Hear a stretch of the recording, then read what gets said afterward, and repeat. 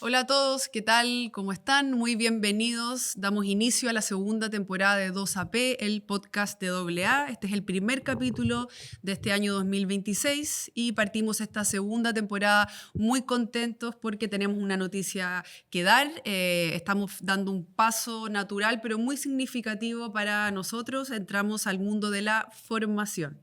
¿Qué significa eso? Que junto a los consultores, nuestros consultores asociados y destacados académicos, Mauricio Buca, que nos acompaña hoy día, y Pablo Argote, que nos acompaña a la distancia, así que un saludo para Pablo, lanzamos AA Lab, nuestra nueva línea de formación aplicada. ¿Cuál es la idea? Acercar lo mejor de la academia al trabajo real de las organizaciones. Es decir, en palabras más simples, aplicar en la pega lo que aprendimos estudiando en la universidad. Lucía, ¿qué tal? ¿Cómo estás? Hola, sí, ahora aquí feliz, contenta de estar acá en esta nueva temporada y muy entusiasmada con este nuevo proyecto de AA.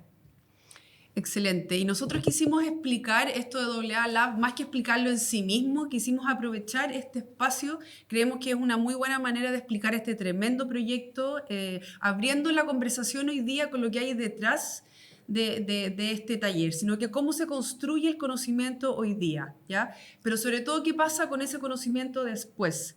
Porque muchas veces vemos que estos dos mundos, el de la academia y el del trabajo después, están un poco separados. Existe una brecha ahí. Por un lado, lo académico con mucha profundidad, con tiempo para pensar, y por otro lado, lo más aplicado, que necesita moverse rápido, tomar decisiones, y no siempre eso corre a la misma velocidad. Entonces, no es que uno sea mejor que el otro, sino que cuesta conectarlos.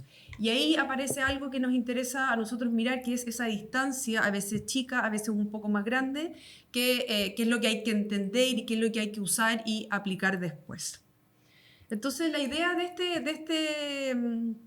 este capítulo, de esta conversación, es como traer esa mirada y ponerla en diálogo con lo que pasa hoy día, en el fondo, con lo que pasa en las organizaciones, que pueden ser empresas del mundo privado o público, en el fondo donde uno trabaja, en el trabajo de todos nosotros, donde tenemos esta información que no siempre se sabe bien cómo usar y cómo llevar a cabo, cómo aplicar estas herramientas, ¿cierto? Exacto. Y bueno, para conversar de este tema, voy a leer aquí la presentación de nuestro invitado. Estamos con Mauricio Buca, sociólogo, PhD de Sociología de la Universidad de Cornell, con PhD minor en Estadística, corrígeme si me equivoco, y profesor actual en la Universidad Católica. Trabaja temas como movilidad social y desigualdad, usando modelación estadística, técnicas de inferencia causal y experimentos online. Bienvenido, Mauricio. Muchas gracias por acompañarnos. Muchas gracias, Lucía. Muchas gracias, Isidora, por la invitación. Estoy súper contento de partir de este nuevo proyecto, esta colaboración entre el trabajo académico y el trabajo más propio de las empresas, de las organizaciones, que personalmente es algo que hace mucho tiempo tenía ganas de realizar, pero que mis labores académicas me han mantenido alejado de eso. Claro. Entonces, muchas gracias. Excelente, bienvenido, Mauricio. Suele pasar eso que cuenta. Y bueno, para empezar a conversar un poco, queremos contarle sobre un estudio en que trabajamos el año pasado y que ejemplifica bien este como círculo virtuoso que se puede dar entre estos dos mundos, ¿ya? Entre el mundo del mercado, del marketing, que es más bien donde nos movemos nosotras, y la academia, ¿ya? Estudio que en gran parte inspiró bastante este taller. En el fondo lo que sucedió es que un cliente del mundo financiero llegó hacia AA porque está evaluando lanzar un producto, ¿te acordás? Un producto bien innovador, un proyecto que no existe en Chile y que necesitaba entender en el fondo distintas cosas. ¿Qué recepción podía tener este producto? ¿A qué perfil de público podía hablarle? ¿Qué cliente tenía más probabilidad de adoptarlo? Etcétera. ¿Ya? Y también necesitaba entender las necesidades de esos clientes, los dolores, las necesidades reales y considerar algo que también nunca nosotros, por lo menos, siempre tomamos en cuenta y es algo clave, que es el contexto local, ¿ya? Porque obviamente este producto existía en otros países de Latinoamérica, pero la idiosincrasia chilena es distinta, siempre hay que considerar eso, la cultura, etcétera, para poder Claro, ajustarse mejor. No es cosa de llegar y replicarlo en todos los países porque ahí veríamos la probabilidad alta de que falle este producto. Claro. Entonces tiene esa complejidad mayor que es hacerlo ad hoc o según lo ad que está hoc pasando. o con alguna bajada local. Y bueno, esta era una decisión importante, había una inversión grande de por medio, por lo tanto necesitaban tener información robusta, de calidad. O sea, no, en el fondo no bastaba con una mirada superficial, con decir, yo hago un par de entrevistas, un par de encuestas, pregunto a mis conocidos y tomo la decisión, sino que necesitaba tener información buena y de calidad. Entonces, trajimos a un académico, le preguntamos a alguien del mundo de la academia qué se le ocurría a él para pensar bien en una metodología que íbamos a proponer, ¿ya?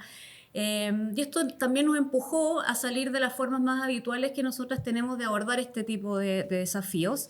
Entonces, nos abrió otra manera de pensar y de hacerlo. Salir un poco también de la zona de confort, Claro. porque es fácil decir lo que tú dices, como ya hagamos esto, hagamos lo otro, metodologías que aplicamos siempre, Claro. pero aquí había que darle una vuelta un poco más profunda para Claro. poder conectar, porque era un producto grande el que se quería hacer. Claro, era una inversión grande, era bien ambicioso, ¿ya? Entonces, lo que hicimos, bueno, ahí se generó esta como conjunción entre los dos ámbitos, que, bueno, desde la academia, este académico nos propuso algo mucho más ambicioso, más técnico, más largo, y después nuestro rol ahí fue ir acotando, ir priorizando, jerarquizando, porque claro, la mirada académica amplía las posibilidades y desde nuestro lado está este trabajo que es bajar un poco más a lo que es en la práctica, a los tiempos y las condiciones que exige el mercado. El tema de los tiempos es un punto importante. En la academia, ahí Mauricio nos va a contar, pero en la academia sabemos que los tiempos son más extensos y en el mundo del marketing, de la investigación de mercado, todo es para ayer, entonces tampoco era cosa de llegar y hacer una gran metodología sin tomar en cuenta en el fondo la necesidad de que tenía que ser relativamente rápido. Entonces, antes de avanzar, de seguir hablando de este caso y lo que nos va a contar Mauricio del mundo de la academia, quiero que nos detengamos un poco en hablar de este taller. Como les decíamos, AA Lab es una nueva como línea de formación donde tendremos distintos talleres y vamos a partir por este taller de investigación aplicada que ya se lanza luego en mayo. Son 4 clases, 4 sesiones. Y el taller se llama ¿Cómo transformar necesidades de información en resultados que orientan decisiones?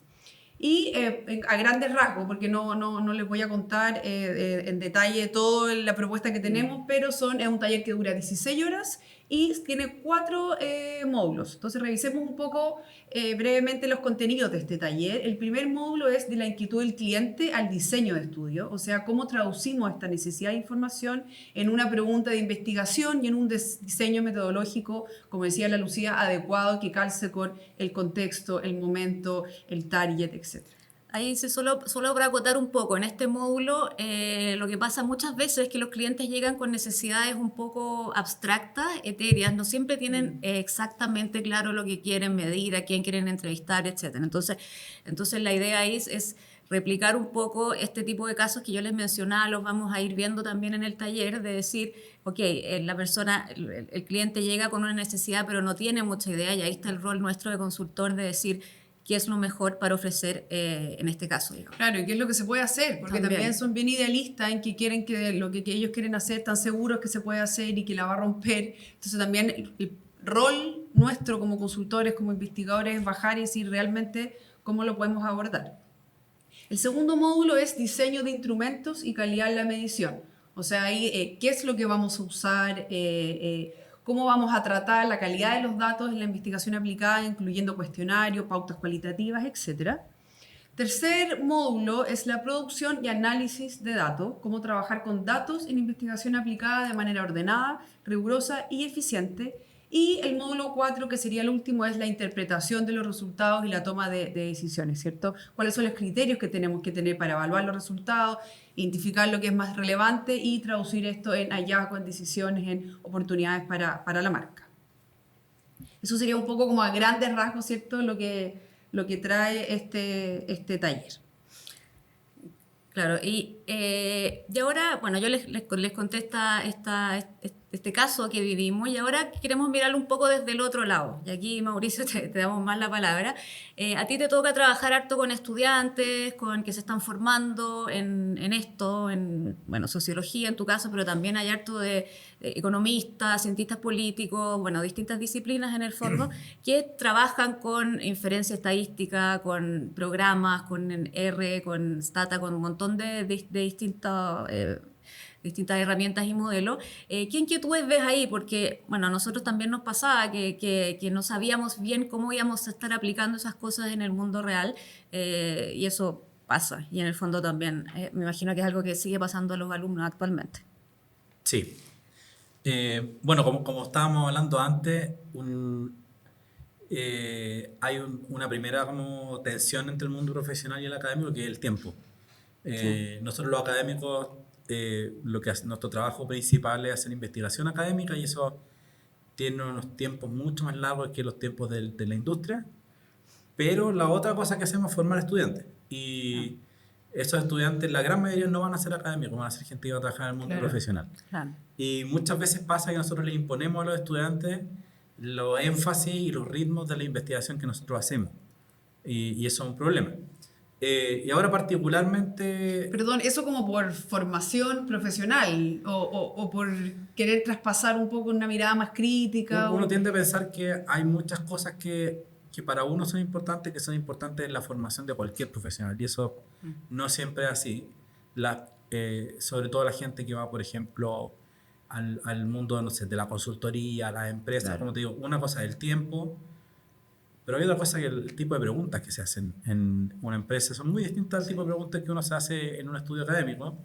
Las herramientas no son necesariamente las mismas, los diseños no son los mismos, el lenguaje, los énfasis y cosas de ese tipo. Y ahora particularmente estamos como en un tiempo bien especial, porque dado, bueno, ahora la IA, pero ha habido como previo a eso varios desarrollos anteriores que nos han hecho como reformular la formación en varios sentidos.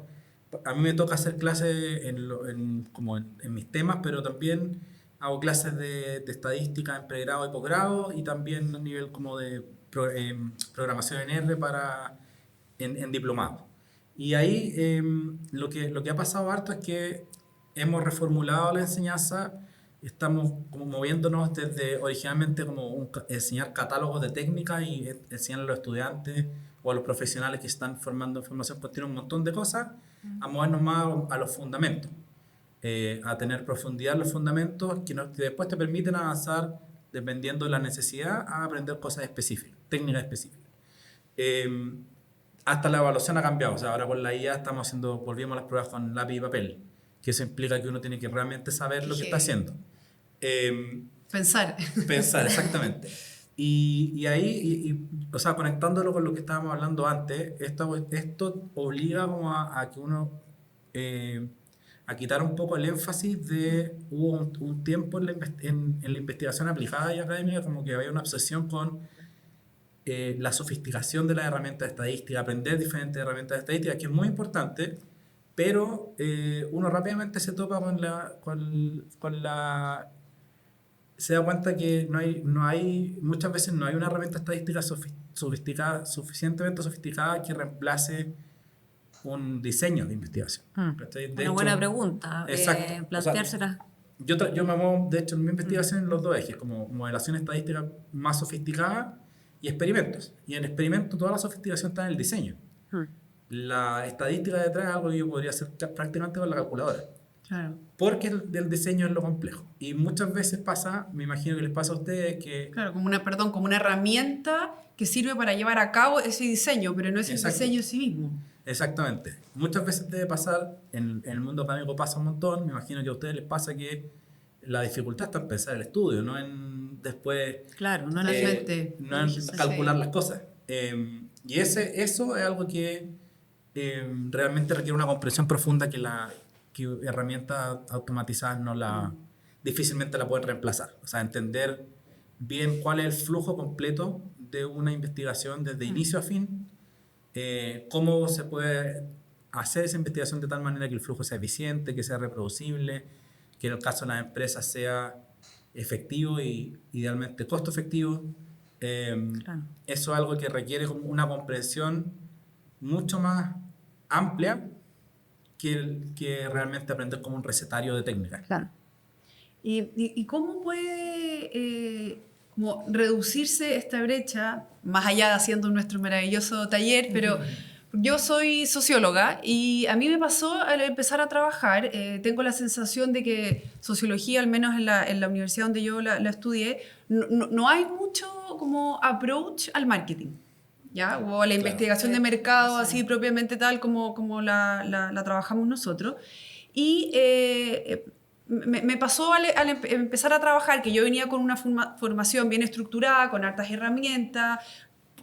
Obviamente que tuve metodologías cualitativas, que es como mi expertise en la universidad, pero no me acuerdo de haber estado en la universidad en clases y haber relacionado necesariamente esas herramientas con el marketing, sino más bien con investigación académica. Como tú dices, el lenguaje es distinto, los tiempos son distintos, la fórmula en que uno piensa es distinto. Entonces, cuando empecé a trabajar, me pasó lo mismo, como, para esto servía lo que me habían enseñado. Es decir, nunca me había puesto en el lugar, quizás también por la falta de experiencia y por la juventud, que me quedé como enfocada en el ejemplo concreto que quizás vimos en ese ramo en la universidad, pero claro, como que no fui capaz de abrirme y pensar, esto me puede servir para esto, sino que más bien como que después me sorprendí. Claro.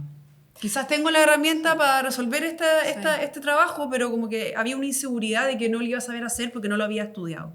Sí, en el fondo hay mucho de esa barrera también que uno dice, creo que no sé, pero en verdad sé, porque te cambian un poco la forma de que te presentan un problema, porque no te presentan un caso estructurado de decir, por favor resuelve esto, que yo necesito algo bien concreto. Si como decía antes, las pedidas son más bien inexacta, la gente no sabe muy bien lo que quiere, solo sabe lo que necesita, cómo resolver, solo sabe la decisión final que tiene que tomar, pero el cómo es complejo. Entonces a veces uno no sabe qué preguntas hacerse, y eso es muy importante de que creemos nosotros, y es lo fundamental de este taller que queremos hacer.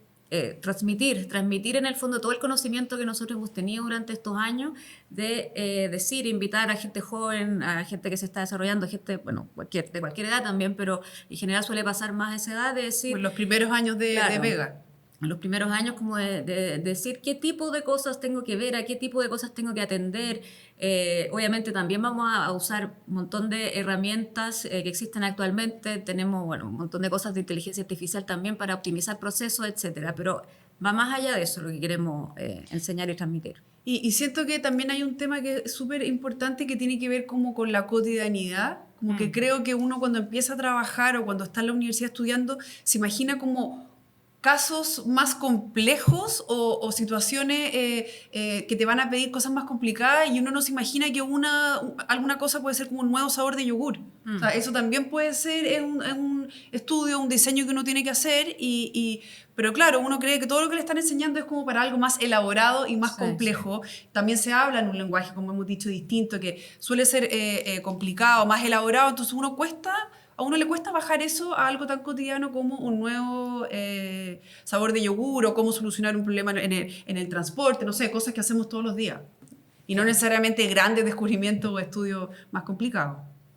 Sí, pues. O sea, súper de acuerdo con todo lo que dicen. O sea, es bien común que por asuntos de lenguaje, de cómo le llamamos a las cosas en diferentes disciplinas, de repente es difícil como a primera vista entender qué es lo que se está pidiendo, qué es lo que se está comunicando cuando uno comunica resultados, cuál es el diseño de investigación apropiado para esa pregunta y ese tipo de cosas. Y lo que decís tú, y sí o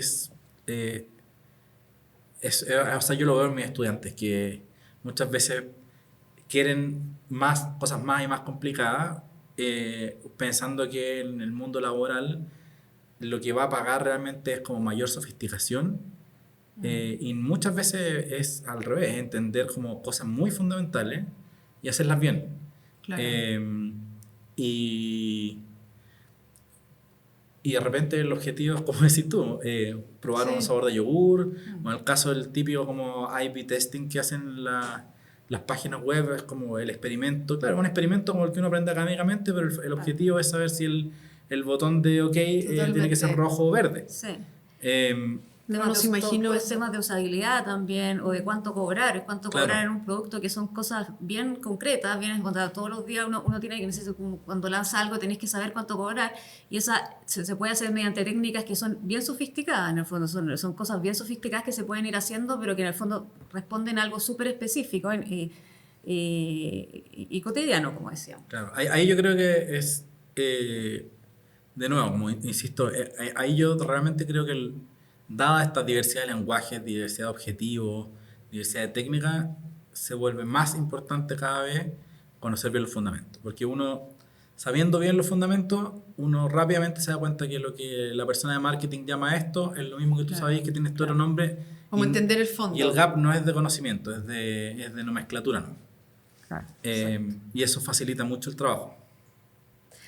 Sí, y hay otro, tema, pasemos a hablar un poco más concretamente, específicamente de la inteligencia artificial y cómo estamos en esta era que es un tema ineludible actualmente, que en el fondo hay un montón de cosas que ya se pueden hacer con inteligencia artificial, correr análisis, armar modelos, procesar información, interpretar resultados, un montón de cosas que nos están ayudando, podríamos decir, o también reemplazando en cierto modo.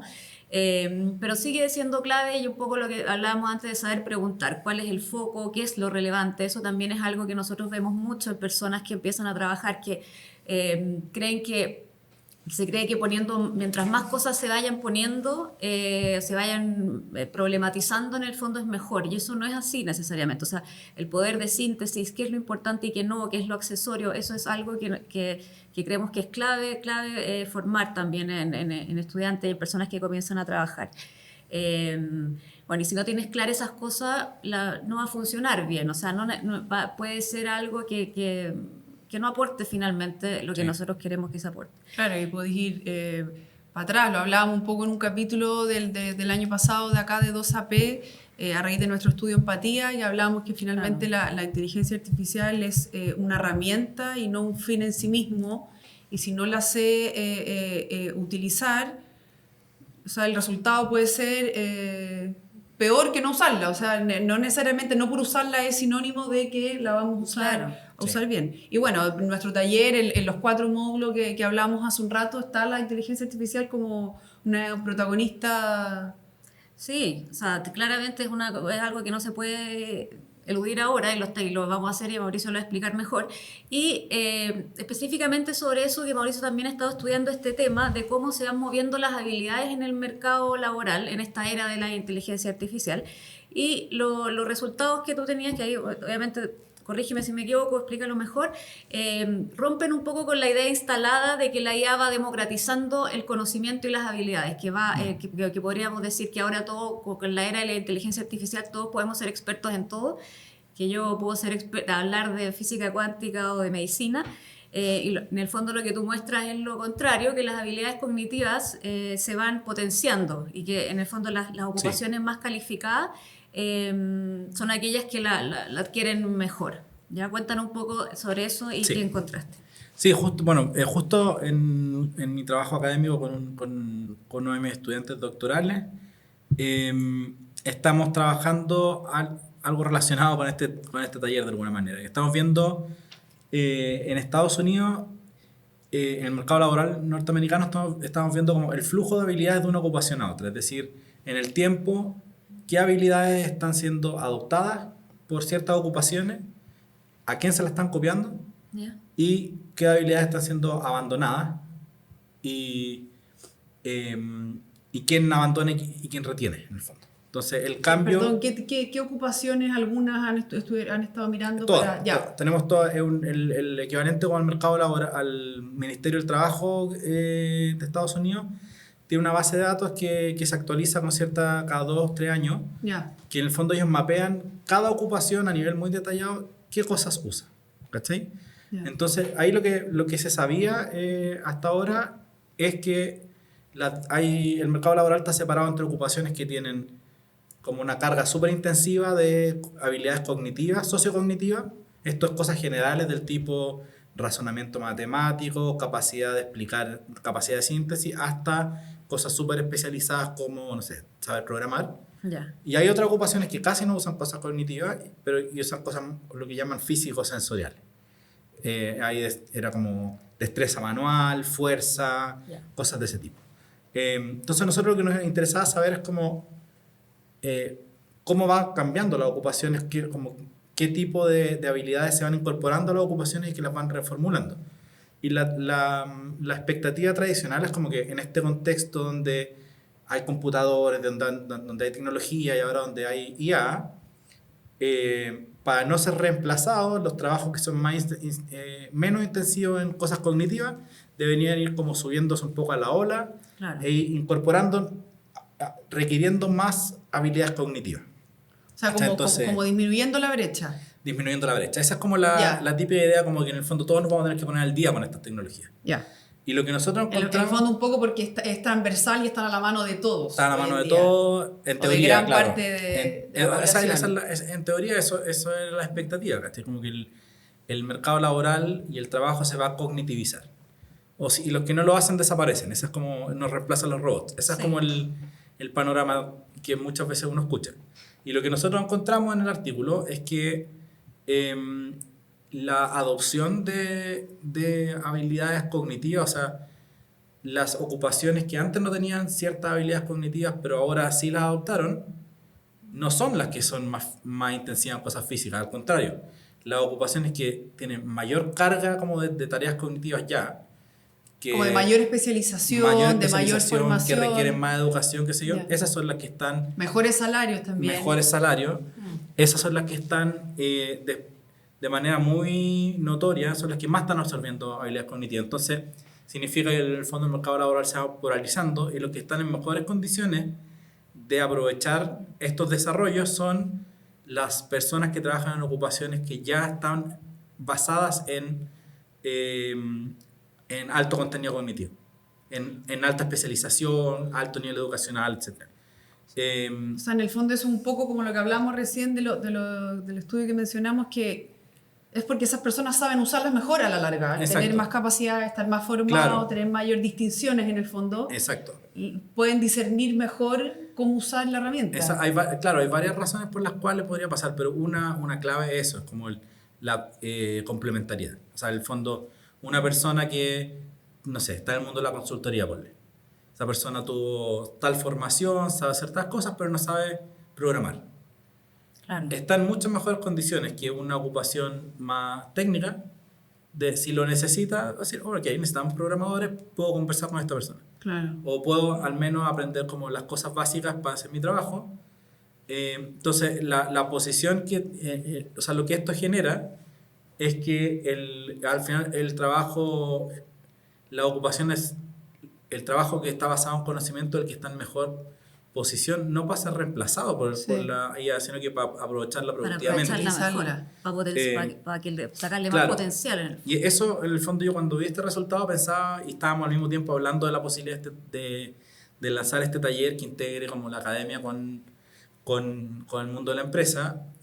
Cuando vi los resultados del artículo, pensaba, claro, esto es exactamente lo que estamos ofreciendo de alguna manera, porque dado esto, hay una oportunidad especial, más que una amenaza de ser reemplazado. Lo que tenemos, al menos los que trabajamos en la economía del conocimiento, digo en términos muy generales, es la posibilidad de usar todas estas herramientas de automatización de manera complementaria a nuestro trabajo, más que temer el reemplazo, usarla como un propulsor de productividad, como una herramienta complementaria, de la misma manera que en los, no sé, años 50 los ingenieros empezaron a usar calculadoras. Claro. Y nadie reemplazó al ingeniero. Claro, como no temerle tanto a esta tecnología que en el fondo en la historia de la humanidad han ido apareciendo. Claro. En el fondo al final va a ser reemplazado el que no sepa usarla, no el que la use más. Exacto, y ahí en el fondo, como retomando la conversación anterior, ahí lo importante es tener como el conocimiento basal que te permita usar estas cosas. Y ahí los fundamentos sólidos, saber qué preguntar, saber qué es lo que funciona en cada caso. Muchas veces el principal gap entre al momento de de trabajar en investigación académica o aplicada no es tanto saber en profundidad algo o saber muchas técnicas, sino que más o menos tener una noción de para qué sirve cada cosa. Y tener nociones básicas como más fundamentales. O sea, tenemos la tremenda misión en este taller entonces de disminuir esta brecha y realmente democratizar. Sí, y claro, y es muy relevante eso que decías del criterio en el fondo, de tener el criterio de dónde poner el ojo, de cuáles son los focos, los énfasis.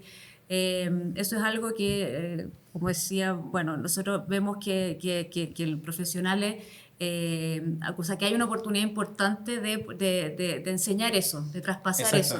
Y eso también nos interesa hacerlo como parte o sea, en el fondo es como un aporte social, digamos, también. Claro. Como de qué es lo importante. Tenemos una serie de cosas, qué es lo relevante de todo esto, porque la información está en todas partes. Entonces, el desafío está ahí. Exactamente. Claro.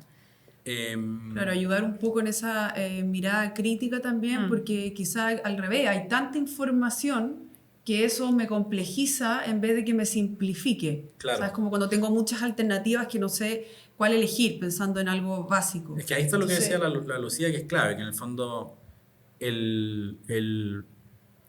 si uno tiene una demanda de un cliente, quiero saber ya, ¿cómo hago esto? Y yo le pregunto a ChatGPT o Cloud, y mi prompt no tiene ningún tipo de precisión, en el sentido que no sé para dónde va esta cosa. Me puede tirar 5 alternativas, yo sin saber, me tinca más esta, y me puede llevar una deriva que puede ser completamente improductiva. A mí me ha pasado de repente usando para investigación también, que empiezo a tratar de usar esto y me lleva a lugares que no va por ahí la cosa. Y uno se enoja. Uno se enoja con el... No, esto no es lo que estoy buscando. Claro, pero hay que saber eso. Hay que saber que no es lo que uno está buscando. Y a nosotros nos pasa harto, que no hay que perder de foco el objetivo, porque también cuando uno pierde el objetivo de la investigación, que puede sonar muy obvio lo que estoy diciendo, pero no es tan obvio, en la práctica pierdes el objetivo y bueno, perdís el norte y en el fondo no perder el objetivo para no perder cuál es el resultado que se espera. Claro. Sí. Y esto no reemplaza, tenemos que decirlo, el taller, y nosotros como profesionales sabemos que no estamos diciendo aquí lo importante es tener una idea general y lo técnico no es importante, al revés. No. Lo técnico es muy importante, pero no podemos, o sea, no es realista para la formación de ningún profesional abarcar cada una de las técnicas que podría importarte, que podría serte útil. Lo que sí es realista es entregar conocimientos fundamentales que te permitan que el día de mañana, cuando hay una demanda, cuando hay una necesidad de investigación, uno pueda de manera informada tomar decisiones. Claro. Si esas decisiones las puede ayudar en la inteligencia artificial, perfecto, mejor. Pero la idea como del flujo completo de inicio a fin de una investigación, ya sea académica o aplicada, es mucho más difícil que sea reemplazada por la inteligencia artificial.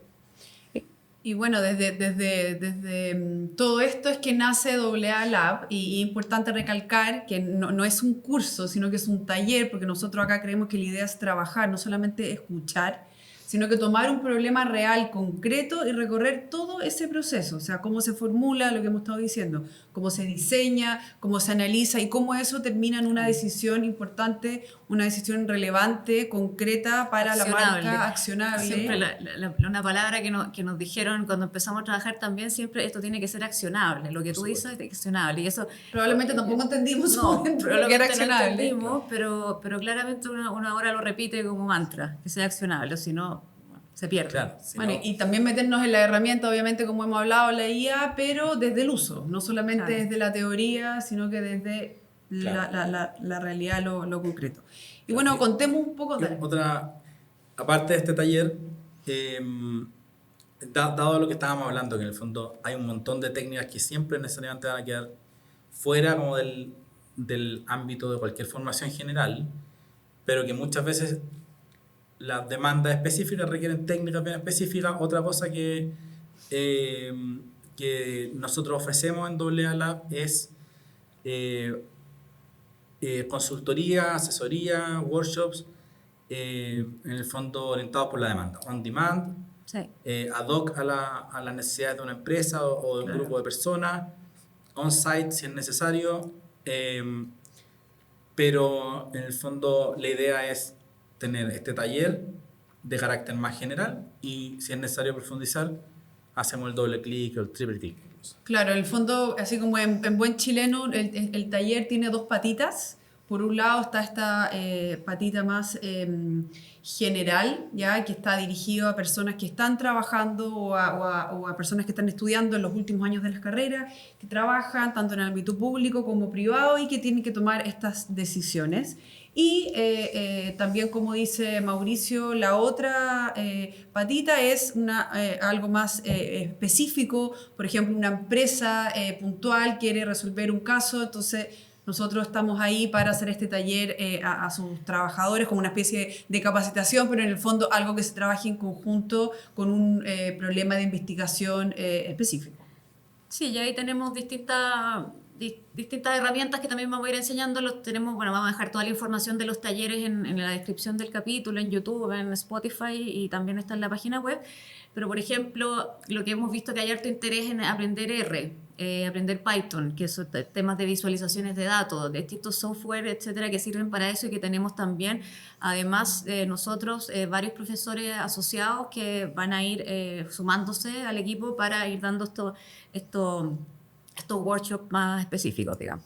Claro, y dependiendo de lo que se nos pida, quién es el académico asociado que nos va a ir apoyando, cosa de también tener un taller bien dinámico y flexible y no algo fijo de una sola malla en el fondo. Claro, y ahí la gracia es que con eso podemos aprovechar como lo mejor de los dos mundos, porque en el fondo nosotros en la academia nos especializamos en cosas así muy, muy puntuales que resuelven problemas científicos bien puntuales, que generalmente más allá de eso no tienen aplicabilidad, pero que en casos específicos si es necesario enseñar este tipo de experimentos, porque tal empresa necesita saber tal cosa, tenemos una persona que difícilmente la va a encontrar fuera del ámbito académico que puede ir y transmitir esa información. Sí, exacto. Y dejar de ser un poco como actores en veredas opuestas. Claro. Está un poco ese mito como de que uno es vendido.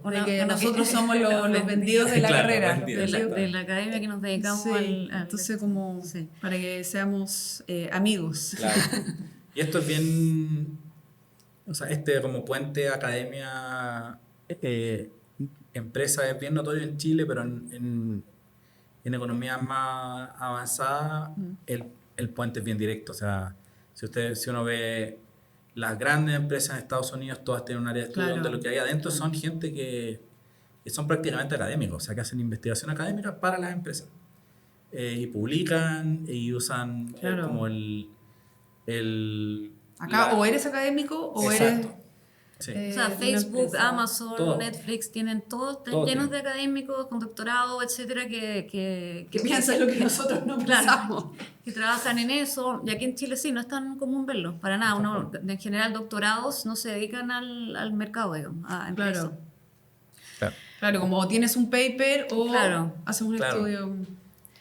Bueno, y esto fue el inicio de la segunda temporada de 2AP, el podcast de AA. Muchas gracias, Mauricio. Esto no es nuestro invitado, sino que somos un equipo aquí enfrentando y estrenando AA Lab. Pueden escucharnos como siempre y vernos también, porque este podcast se escucha y se ve en Spotify, YouTube y en todas nuestras plataformas.